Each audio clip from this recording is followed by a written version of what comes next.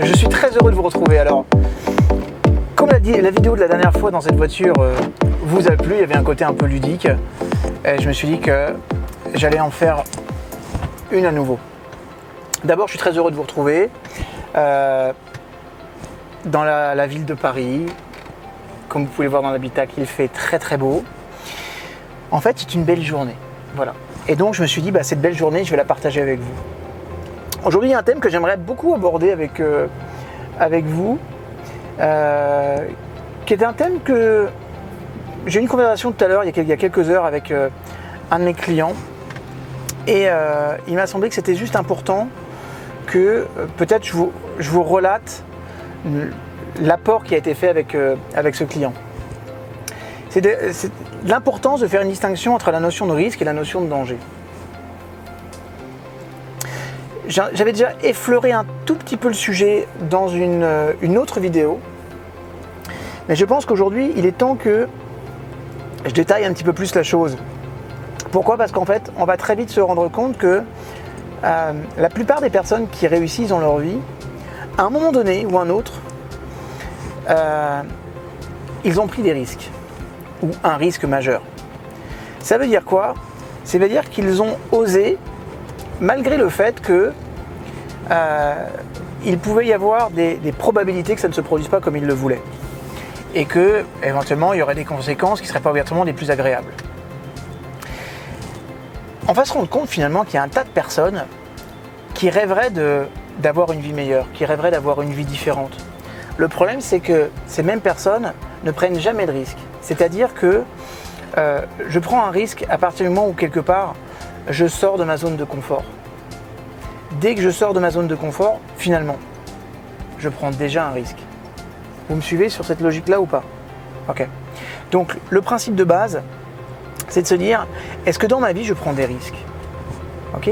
Alors, une fois encore, il faut faire une distinction très importante entre la notion de risque et la notion de danger. D'accord ?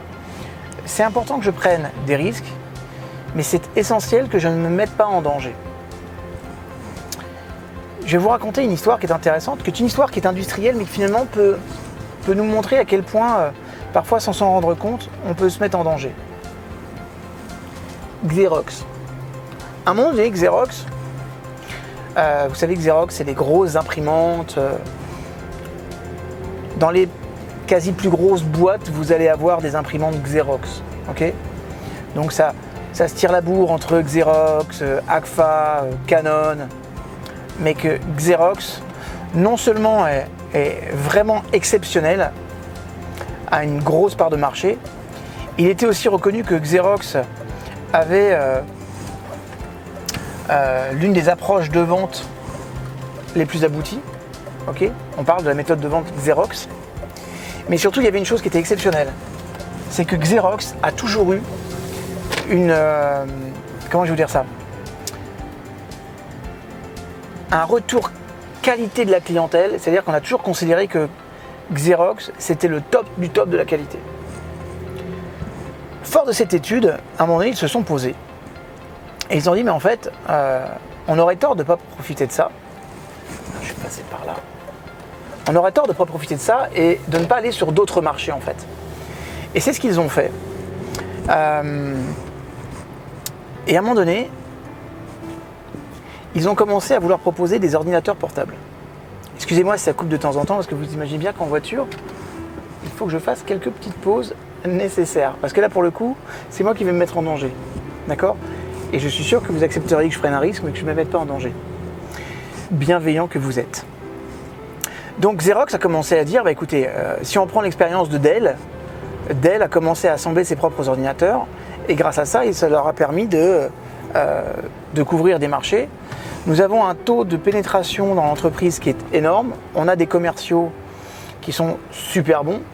Et la méthode de vente Xerox pour vendre des imprimantes et pour vendre des ordinateurs portables, finalement, elle peut être très très très proche. Ce en quoi ils avaient raison. Donc ils ont commencé à assembler des ordinateurs portables. Et ils ont commencé à vendre des ordinateurs portables en masse. Alors des ordinateurs portables, mais pas que. Il y avait aussi des tours. Donc en fait, ils ont profité à chaque fois qu'ils mettaient en place des nouvelles imprimantes de placer leurs ordinateurs. C'est logique. Alors naturellement, on peut considérer, ok, je vois pas le rapport avec le risque et le danger. Le risque, il est qualifié par le fait que si ce que vous faites ne marche pas, ça ne doit pas faire tomber tout le reste. En clair, je ne perds pas tout si ça se casse la figure ou si ça ne fonctionne pas. Je mets les choses en danger, ou je suis en danger si je perds la chose, je perds tout. C'est clair pour vous ou pas?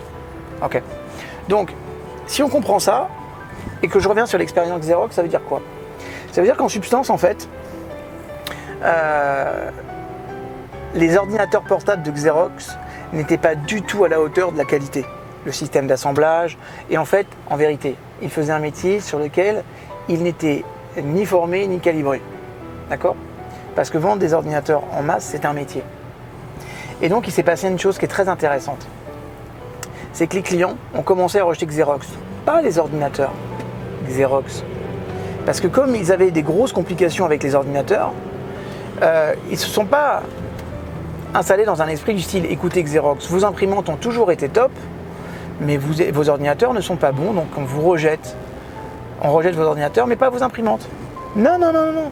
L'insatisfaction client a fait qu'à un moment donné, ils avaient envie de tout rejeter. Et ils ont rejeté même les imprimantes. Et ils ont commencé à perdre des parts de marché en masse. Quand je vous dis en masse, c'était vraiment en masse. Et c'est ça qui devient intéressant. C'est que finalement, à travers ces stratégies, Xerox s'est mis en danger. Ok ? Si par exemple, je décide de lancer un nouveau produit, ou alors je décide de me lancer dans l'entrepreneuriat, c'est ok de se lancer dans l'entrepreneuriat, c'est génial de se lancer dans l'entrepreneuriat, mais est-ce que si ça ne fonctionne pas, est-ce que tu perds tout? Tu perds pas tout. Si parce que ton entrepreneuriat ne fonctionne pas, tu perds ta maison, ton patrimoine et peut-être même une vie de couple parce que madame ne pourra pas supporter ou monsieur ne pourra pas supporter les conséquences de ça, tu ne prends pas un risque, tu te mets en danger. Ça ne veut pas dire qu'il faut abandonner le projet, pas du tout. Ça veut dire qu'il faut abandonner l'idée que ça devienne un danger. Donc, qu'est-ce que je peux faire concrètement pour que je ne me mette plus en danger, mais que ça devienne simplement un risque? Peut-être qu'il faut que je choisisse un statut différent. Peut-être qu'il faut que je ne lâche pas la proie pour l'ombre. D'accord ? Peut-être que je peux me mettre en disponibilité dans ma société. Peut-être que je peux décider de mettre un an de revenu de côté pour le jour où je souhaite vraiment me lancer dans l'entrepreneuriat. Si ça ne fonctionne pas, je puisse avoir les reins solides et pouvoir maintenir mon niveau de vie et avoir le temps de me retourner si vraiment je me rends compte que ça ne marche pas. D'accord ? On appelle ça avoir une conscience situationnelle. Mais cette conscience de la situation va vraiment vous amener au jour le jour à faire des bonnes distinctions et ça va vous aider dans les choix. Voilà. Aujourd'hui, je voulais juste apporter ce principe parce que c'est un principe qui est super important, que finalement, peu de personnes appréhendent. Il y a des moments où les personnes ne vont pas y aller parce qu'ils considèrent tout de suite que ce qu'ils font, c'est un danger. Non, si tu réfléchis bien, peut-être que en te posant la bonne question, est-ce que je risque de tout perdre? Si la réponse est non, ça veut dire que tu ne te mets pas en danger et que tu prends un risque. Et que les risques sont acceptables. Ils sont même souhaitables. Parce que franchement, si vous prenez jamais le risque dans votre vie, vous restez toujours dans votre zone de confort. Et je vais vous dire une chose, la zone de confort, elle génère une chose, de façon systématique, l'ennui. L'ennui génère une chose, le fait de faire des erreurs, la non-qualité dans notre vie, la complaisance et au final, une mésestime de soi totale. Donc je vous en supplie, prenez des risques sans jamais vous mettre en danger. C'est ok pour vous? Voilà. C'était David Lefrançois.